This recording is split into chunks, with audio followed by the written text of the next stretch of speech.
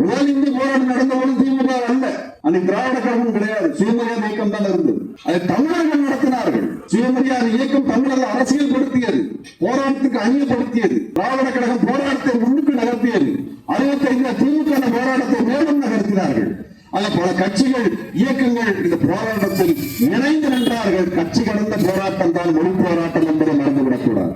அப்ப இன்றைக்கு நமக்கு இந்தி தேவையா என்றால் எதிர்த்து நிற்க வேண்டும். இந்தியை ஒரு காலத்தும் அனுமதிக்க கூடாது. ஆதிக்க இந்தியை வெட்டி புதைப்போம் என்று பாரதிதாசன் சொன்னார்.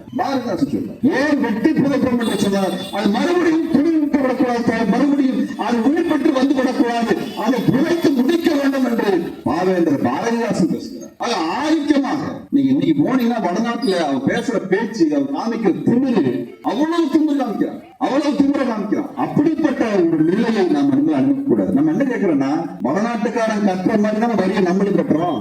அவன் தனியா சலுகையோட கட்டுறானா, என்னோட 2 மடங்கு கட்டுறானா? இல்லையோ, எனக்கு எல்லாம் சலுகை கொடுக்குறியா? அவன் என்ன வரி கட்டுறானோ அதே வரி நான் கட்டுறேன் அப்படின்னா, நான் மட்டும் எதுக்கு அதிகமான மொழியை கத்துக்கணும்?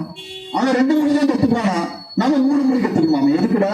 என்ன தேவை? இந்தி மொழியை கத்துக்கொண்டு அவன் போட்டி தேர்வுக்கு போனால் அவன் தாய்மொழி அவன் பேசுவானால் நான் வாடகை மொழியில் பேச வேண்டுமா? அது எப்படி சாத்தியங்க? எப்படி சாத்தியம்? இப்ப இங்க பிஎஸ்சி காலேஜ் இருக்குது, அங்க என்ட்ரன்ஸ் எக்ஸாம் வைக்கிறாங்க, நுழைவுத் தேர்வு வைக்கிறான். ஹிந்தியில வச்சா நம்ம பையன் போவானா அல்ல வடநாட்டான் போவானா என்பதை யோசித்து பாருங்க. இந்தியை எதிர்க்க வேண்டும் என்கின்ற தேவை கட்டாய தேவை. எந்த இடத்திலும் அது மறுபடியும் இந்தி திணிப்பு என்றால், அது இந்திக்கு எதிரான போராட்டம் என்றால், அது ஒரு கட்சிக்கு மட்டும் சொந்தம் என்று நினைத்துள்ளது கட்சி பிரச்சனை அல்ல, இது இனத்தின் பிரச்சனை, மாணவர்களுடைய எதிர்காலம்.